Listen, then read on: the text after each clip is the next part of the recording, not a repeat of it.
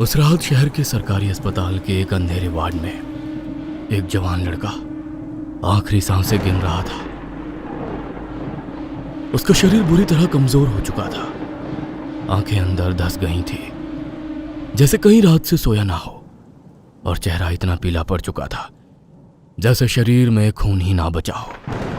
डॉक्टरों को समझ नहीं आ रहा था कि आखिर ये बीमारी है क्या, लेकिन उसके शरीर को देखने वाला हर इंसान देख पा रहा था। उसकी गर्दन, छाती और पीठ पर गहरे काले निशान थे। ऐसे निशान जैसे किसी ने बार बार उसे अपनी बाहों में जकड़कर दबाया हो। कमरे के कोने में खड़े उसके बाप की आंखों में डर साफ दिखाई दे रहा था, और मां का रो रो कर बुरा हाल था।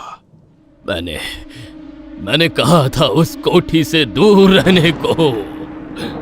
हाय मेरा बेटा, मेरा बेटा, कोई से बचा लो, मेरा बेटा। तभी यश की बंद होती आंखें अचानक खुली। उसने कमरे के एक कोने की तरफ देखा। उसके सिवा किसी और को कुछ भी दिखाई नहीं दे रहा था। यश के होठ कांप उठे, जैसे वो कुछ कहना चाह रहा था। तुम फिर आ गई। उसी पल कमरे में एक बहुत हल्की मीठी खुशबू फैल गई। खिड़की के पास लगे पर्दे अपने आप हिलने लगे, जैसे किसी ने अभी अभी वहां से गुजरकर उन्हें छुआ हो। और फिर यश के होठों से एक आखिरी चीख निकली। इसके बाद उसका शरीर एकदम ढीला पड़ गया और डॉक्टरों ने उसे मृत घोषित कर दिया। लेकिन मरने से ठीक पहले यश की आंखें उसी कोने पर टिकी थी। ये कहानी तब शुरू हुई थी जब यश अपनी गर्लफ्रेंड जिया के साथ एक होटल में बैठा खाना खा रहा था, और उसे बिल्कुल भी अंदाजा नहीं था कि उसकी जिंदगी कुछ ही दिनों में हमेशा के लिए बदलने वाली है। कब से तुम्हारा सारा ध्यान केवल खाने पर है? अरे एक बार मेरी तरफ भी तो देखो। क्या तुम भी यश ऐसे लोफड़ों जैसी हरकतें मत किया करो प्लीज। सीटी क्यों मार रहे हो? इसमें क्या है? आओ अच्छा एक सेल्फी लेते हैं, मैं अपने इंस्टाग्राम पर डालूंगा। यश जिया की तरफ आगे बढ़ता है और उसके कमर पर हाथ रखता है, लेकिन जिया तुरंत यश का हाथ झटक देती है। मैंने तुम्हें कितनी बार मना किया है यश कि मुझे ये सब पसंद नहीं है। कितने लोग आ जा रहे हैं, ऐसे चिपका चिपकी अच्छा लगता है क्या? तुम कितनी बोरिंग हो यार जिया। गलती कर दी मैंने तुम्हें अपनी गर्लफ्रेंड बनाकर। सीटी मत बजाओ, आंख मत मारो, कंधे पर हाथ मत रखो, यहाँ मत छुओ, वहां मत हाथ लगाओ। तुम क्या भजन करने के लिए मेरी जेब बनी हो? वाओ, तो तुम सिर्फ यही सब करने के लिए मेरे साथ रहना चाहते हो? तुम कुछ करने दोगी तब तो करूंगा। यश की बात सुनकर जिया नाराज होकर वहां से चली गई थी। उधर यश भी गुस्से में अपने दोस्तों से मिलने निकल जाता है। रात के 11 बजे। नालायक, घर ही क्यों आता है? बाहर रोड पर ही सो जाया करना। छुट्टियां क्या हो गई, घर में पैर ही नहीं टिकते हैं साहबजादे के। कमरे में आकर यश ने जल्दी जल्दी कपड़े बदले और बिस्तर पर लेट गया, लेकिन उसकी आंखों में नींद का नामो निशान नहीं था। रह रहकर जिया का हाथ झटकना उसे याद आ रहा था। अचानक उसे पास के कमरे में माँ बाप के बात करने की आवाज सुनाई देती है। सुनिए जी, क्या फिर उसी कोठी के चक्कर में गांव जा रहे हैं? मैं कहती हूँ छोड़िए ना। अरे शहर के कुछ लोग खरीदने को तैयार हुए हैं। अगर ये सौदा हो गया ना तो हमें बहुत बड़ा फायदा होगा। फिर करोड़ों की प्रॉपर्टी पड़ी हुई किसी काम आ जाए तो उससे अच्छा क्या होगा? लेकिन फिर भी मुझे लगता है बंद दरवाजे के पीछे जो है उसे क्यों बाहर का रास्ता दिखाना। जाने दीजिए ना। अरे कुछ नहीं है, मैंने सब सोच समझ लिया है। अब सो जाओ, मुझे सुबह जल्दी निकलना है। अब कौन सा गांव, कैसी हवेली? मम्मी पापा किस हवेली की बात कर रहे हैं? अब तो देखना पड़ेगा। अगली सुबह। अब पापा कहाँ जा रहे हो आप? मैं साथ चलूं? तुम नहीं, कोई जरूरत नहीं। पापा अब मैं छोटा बच्चा नहीं हूँ। मैंने रात को सुना था कि आप किसी गांव जा रहे हो। मुझे भी पुरानी हवेली देखनी है।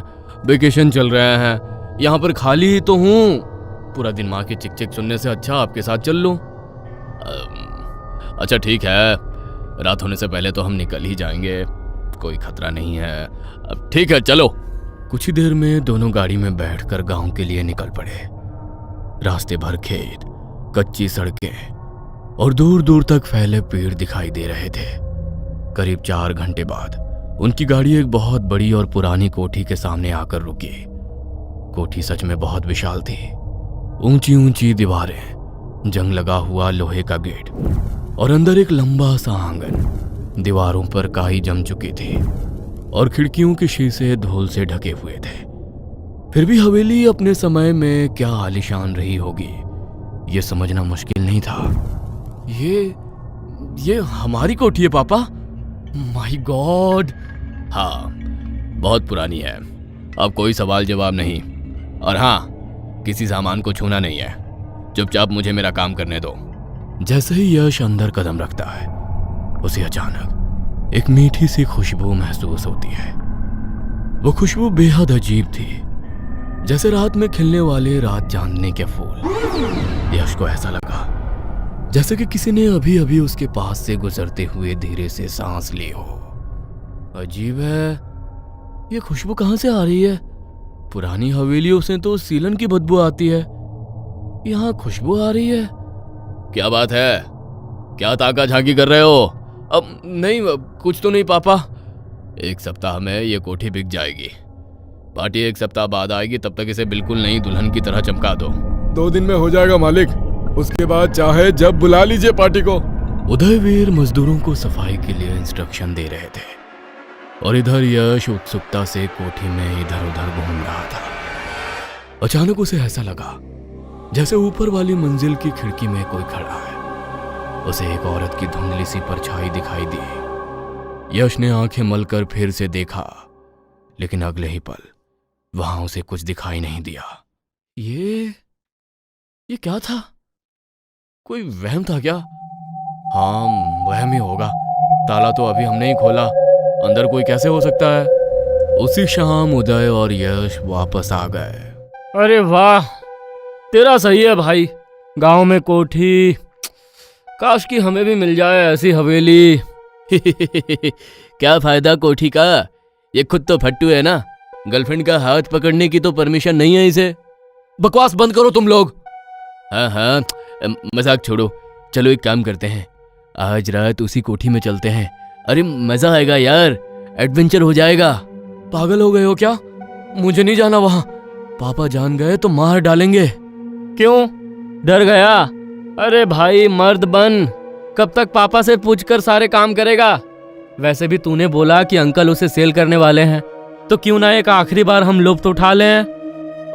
ठीक है, वैसे भी मेरा छुट्टियों में कहीं जाने का मन था, तो यही सही। हम सब 2 दिन बाद निकलेंगे। कुछ देर बाद जिया का फोन यश के पास आता है। अब क्या मुंह फुलाकर घूमते रहोगे? यू नो ना कि मैं ऐसे अनकंफर्टेबल हो जाती हूँ। अच्छा बाबा सॉरी, अब मान भी जाओ। मान जाऊंगा, लेकिन तुम्हें मेरे साथ वेकेशन पर चलना होगा। इस बार नो कहा तो फिर सोच लो। ओके चलते हैं। खुश? अगले दिन यश अपने दोस्तों के साथ कोठी जाने के लिए निकलता है। अरे ये जिया का नाटक फिर शुरू हो गया यार। मैसेज आया है कि उसके पापा आ गए हैं, वो हमारे साथ नहीं चल सकती। कह रही है हम निकल जाएं, वो डायरेक्ट पहुंच जाएगी। अरे भाई नहीं आएगी वो, तू अब मूड मत खराब कर। तीनों दोस्त कोठी में पहुंच गए थे। जैसे उसने अंदर कदम रखा, वही मीठी खुशबू फिर से हवा में फैल गई। लेकिन इस बार खुशबू पहले से ज्यादा ही गहरी थी, जैसे कोई उसके बहुत करीब खड़ा हो। अचानक से ऊपर के मंजिल से पायल की बहुत हल्की सी आवाज सुनाई पड़ी। आवाज सुनकर यश का दिल जोर जोर से धड़कने लगा। कौन है वहां? जवाब में सिर्फ हवा चली और खिड़कियों के दरवाजे आवाज के साथ खुल गए। भाई ठंड कुछ ज्यादा ही नहीं है यहाँ? मैं खिड़कियां बंद करता हूँ, अपने आप कैसे खुल गए ये दरवाजे?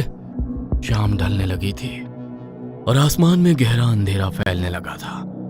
यश, मनोज और किशोर आंगन में महफिल जमाकर बैठे थे। सामने एक छोटी सी मेज पर शराब की बोतलें और स्नैक्स से भरी प्लेटें रखी थी। आज तो मजा आ गया यार, इतनी बड़ी कोठी और पूरी की पूरी हमारी। कितनी बढ़िया जगह है ये, बेचने की बजाय इसे होटल क्यों नहीं बना लेते? आखिरी रात है भाई, जी भर के जी लो और जितना चाहे पी लो। फिर ये ना हवेली रहेगी ना ये आजादी। तीनों जोर जोर से हंसने लगे। शराब का नशा अब चढ़ने लगा था। तभी अचानक यश की नजर ऊपर हवेली के लंबे गलियारे की तरफ गई। वहां अंधेरे में एक लड़की का साया दिखाई दे रहा था। उसके लंबे बाल और आंचल हवा में लहरा रहे थे और ये नजारा देखकर यश का दिल जोर से धड़कने लगा। अरे वो देखो, वहां कोई खड़ा है। कोई लड़की है। कहाँ? वहीं ऊपर लॉबी के पास। तीनों ने उधर देखा। वाकई एक लड़की वहां दिखाई पड़ रही थी जिसका लंबा आंचल हवा से लहरा रहा था। वो लड़की धीरे धीरे मुड़ी और फिर सीढ़ियों की तरफ होते हुए नीचे आने लगी। कौन है ये? हवेली तेरी है भाई, तुझे पता होगा ना। यश, किशोर और मनोज उसके पीछे दौड़ पड़े। उनके दिल में डर भी था और उत्सुकता भी। सीढ़ियों के पास पहुंचकर यश ने हाथ बढ़ाकर उस लड़की के कंधे पर हाथ रख दिया। अचानक लड़की यश की ओर घूम गई और उसका चेहरा देखकर सबकी शक्ल सफेद पड़ गई। उसके सामने जिया खूबसूरत साड़ी पहने खड़ी थी। जिया, तुम यहाँ ऐसे? तुम्हें अच्छा नहीं लगा? मैं अच्छी नहीं लग रही? कैसा लगा सरप्राइज? आज जिया की आवाज कुछ अजीब सी थी, पहले से कहीं ज्यादा धीमी और किसी तरह से रहस्यमयी। उसके गुलाबी होठों पर मध्यम मुस्कान थी और वो धीरे धीरे यश के बिल्कुल करीब आ रही थी। तुम्हें सरप्राइज देना था ना? क्या हुआ? ऐसे क्यों देख रहे हो? मैं इस रूप में पसंद नहीं आई तुम्हें? तुम आज बहुत अलग लग रही हो। यह सुनकर जिया हल्का सा हंस दी और अपने होठ यश के होठों के एकदम करीब लाकर कहा, शायद इसलिए क्योंकि आज मैं तुम्हें नाराज नहीं करना चाहती। आज की रात तुम्हारे नाम। इस बात से यश के चेहरे पर एक बड़ी सी मुस्कान फैल गई। ले भाई, आ गई तेरी जिया, हो गई सारी शिकायतें दूर। रियली, इसने तो मेरा दम ही निकाल दिया था। उस रात कोठी में देर तक हंसी, शराब और बातचीत चलती रही। बोतल खत्म होने के बाद यश और जिया एक कमरे में चले गए। अगली सुबह क्यों ना हम दोनों अभी यहीं रुक जाएं? किशोर और मनोज को जाने दो ना। अब जैसी तुम्हारी मर्जी। यश के कहने पर उसके दोस्त हवेली से निकल गए थे और इधर यश जिया के साथ रुक गया था। यश बाथरूम में जाकर अपना चेहरा धो रहा था। तभी उसके फोन पर जिया का कॉल आता है। उफ, अब क्या 1 मिनट भी मेरे बिना नहीं रहा जा रहा। बोलो darling. I am so sorry Yash, पापा यहीं रुक गए थे, मैं चाहकर भी नहीं निकल पाई। मनोज ने बताया तुम अभी भी वहीं हो। और फिर उसका कॉल कट गया। यश बाथरूम से बाहर आता है। आईने के सामने अपने बाल संवारती जिया उसे नजर आती है। यश जिया के नजदीक जाता है और जैसे ही उसकी नजर आईने पर पड़ती है, उसकी सांसें मानो अटक सी जाती है। आईने में जो अक्स दिखाई दे रहा था वो जिया नहीं बल्कि कोई डरावनी शक्ल वाली स्त्री का था। यह नजारा देख यश के हाथ से फोन गिर पड़ता है और डर के मारे उसका चेहरा सफेद पड़ जाता है। यश कमरे से बाहर भागता है और रास्ते में वो किसी से टकरा जाता है। क्या ये जिया थी? अरे यश, तुम भाग क्यों रहे हो? देखो आ गई मैं। चलो ना, कमरे में चलते हैं। यश ने दौड़ते हुए बाइक स्टार्ट की और सीधा मनोज के यहाँ पहुंच गया। यश ने घबराते हुए गैलरी खोली और बीती रात की फोटो देखने लगा, लेकिन उन तस्वीरों में जिया नहीं थी। ऐसा लग रहा था जैसे यश हवा में किसी को पकड़कर खड़ा हो। ये कैसे हो सकता है? अरे, और ये निशान ये कैसे हुआ? यश की गर्दन और कंधों पर अजीब अजीब से गहरे नीले काले निशान थे। यश को कुछ समझ नहीं आ रहा था। तू कह रहा था ना यश कि कोई अफवाह है जो कोठी से जुड़ी है। कैसी अफवाह थी वो? तू कुछ जानता है उसके बारे में? यश ने नामे गर्दन हिला दी और बिना कुछ बोले वापस घर चला गया। उस दिन के बाद से यश बदलने लगा था। वो दिन का अधिकतर समय अपने कमरे में बिताने लगा था। हर गुजरते दिन के साथ वो और कमजोर होता जा रहा था। उसके शरीर पर रोज कोई नया निशान उभर आता, कभी कंधे पर, कभी छाती पर, कभी पीठ पर। उसका चेहरा पीला पड़ने लगा था, आंखों के नीचे काले घेरे बन गए थे, जिसे देख माँ सविता बहुत परेशान रहती थी। सुनिए जी, यश की तबीयत कुछ ठीक नहीं है। आप सारा काम छोड़िए, बस कुछ दिनों के लिए घर आ जाइए। पत्नी की बात सुनकर यश के पिता विदेश से घर लौट आते हैं। ये तूने क्या कर डाला नालायक? क्या हुआ पापा? चुप, बस जितना पूछूं उसका जवाब दे। उदय ने यश की गर्दन के निशान देखे और उनका चेहरा सख्त हो गया। तू हवेली गया था? क्या तूने वहां रात गुजारी? पापा वो हाँ या ना? हाँ। उदय के हाथ कांपने लगे। वो जमीन पर सर पकड़कर बैठ गया। अरे, आप ऐसे क्यों बैठ गए हैं? मेरा दिल बहुत घबरा रहा है, बोलिए ना। ये वही निशान है जो उस योगिनी के शिकार पर दिखाई देते हैं। उदय की बात से कमरे में सन्नाटा छा गया। उदय की आवाज अब गुस्से से कांप रही थी। योगिनी? वो कौन है पापा? योगिनी, भटकती आत्मा जिसे बस एक मर्द का शरीर चाहिए। उस कोठी में मेरे परदादा रहा करते थे। तंत्र मंत्र पर बहुत भरोसा था उन्हें। एकांत में उस हवेली में जाने क्या क्या तंत्र किया करते थे वो। अपनी बढ़ती ख्वाहिशों को पूरा करने के लिए किसी ऐसी शक्ति को बुला लिया था उन्होंने, जिसने उन्हें धन दौलत तो दिया, लेकिन अपना गुलाम बना लिया। हर रात वो एक औरत का शरीर लेकर उनके पास आती थी। जब तक वे अपनी मर्जी से उस हवेली में रहे तब तक सब सही था, लेकिन धीरे धीरे अब उन्हें अपने परिवार की याद आने लगी।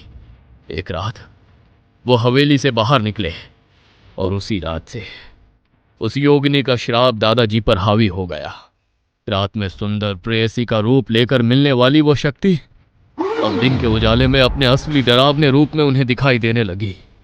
हर गुजरते दिन के साथ उनकी हालत खराब होती जा रही थी। उनकी सारी तंत्र विद्या धरी रह गई थी और वो योगिनी उनके शरीर को खोखला करती जा रही थी। दादाजी की मृत्यु निश्चित थी, इसलिए मरने से पहले उन्होंने योगिनी को वापस उसी हवेली में कैद करने के लिए खुद को वहां पर बंद कर लिया और अपने गुरु की मदद से तंत्र क्रिया से उसे अंदर कैद करवा दिया। तूने उसके साथ संबंध बनाए, उसके कारण ही वो योगिनी फिर से आजाद हो गई है। अब वो तेरे साथ रहेगी अंतिम समय तक। ये आप कैसी बातें कर रहे हैं? अरे कुछ करिए, कैसे भी मेरे बेटे को बचाइए ना, कुछ करिए आप। अब बहुत देर हो गई है। जिस दिन से वो योगिनी किसी मर्द को अपना शिकार बनाती है उस दिन से उसकी मौत तय होती है। उदय के इतना कहते ही कमरे का बल्ब धमाके से टूट जाता है और पंखे के ऊपर एक साया बैठा नजर आता है जो यश को ही घूर रहा था। वो एक झटके से यश के ऊपर कूद जाती है। एक डरावनी हंसी कमरे में गूंज जाती है।